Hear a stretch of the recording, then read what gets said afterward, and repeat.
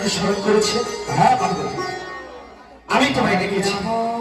কি হয়েছে স্বামী? আপনাকে এত প্রধানিত কি মনে হচ্ছে? পার্বতী, আজকে আমি তোমার কাছে কয়েকটি প্রশ্নের উত্তর জানতে চাই। তুমি সঠিক উত্তর দেবে? নিশ্চয়। পতি হচ্ছে পরম, পরম পতি আপনি, পতি পরমেশ্বর। পতির কাছে কখনো মিথ্যা বলতে নেই, তাই আমিও বলবো না। বলুন, আপনি কি জানতে চান?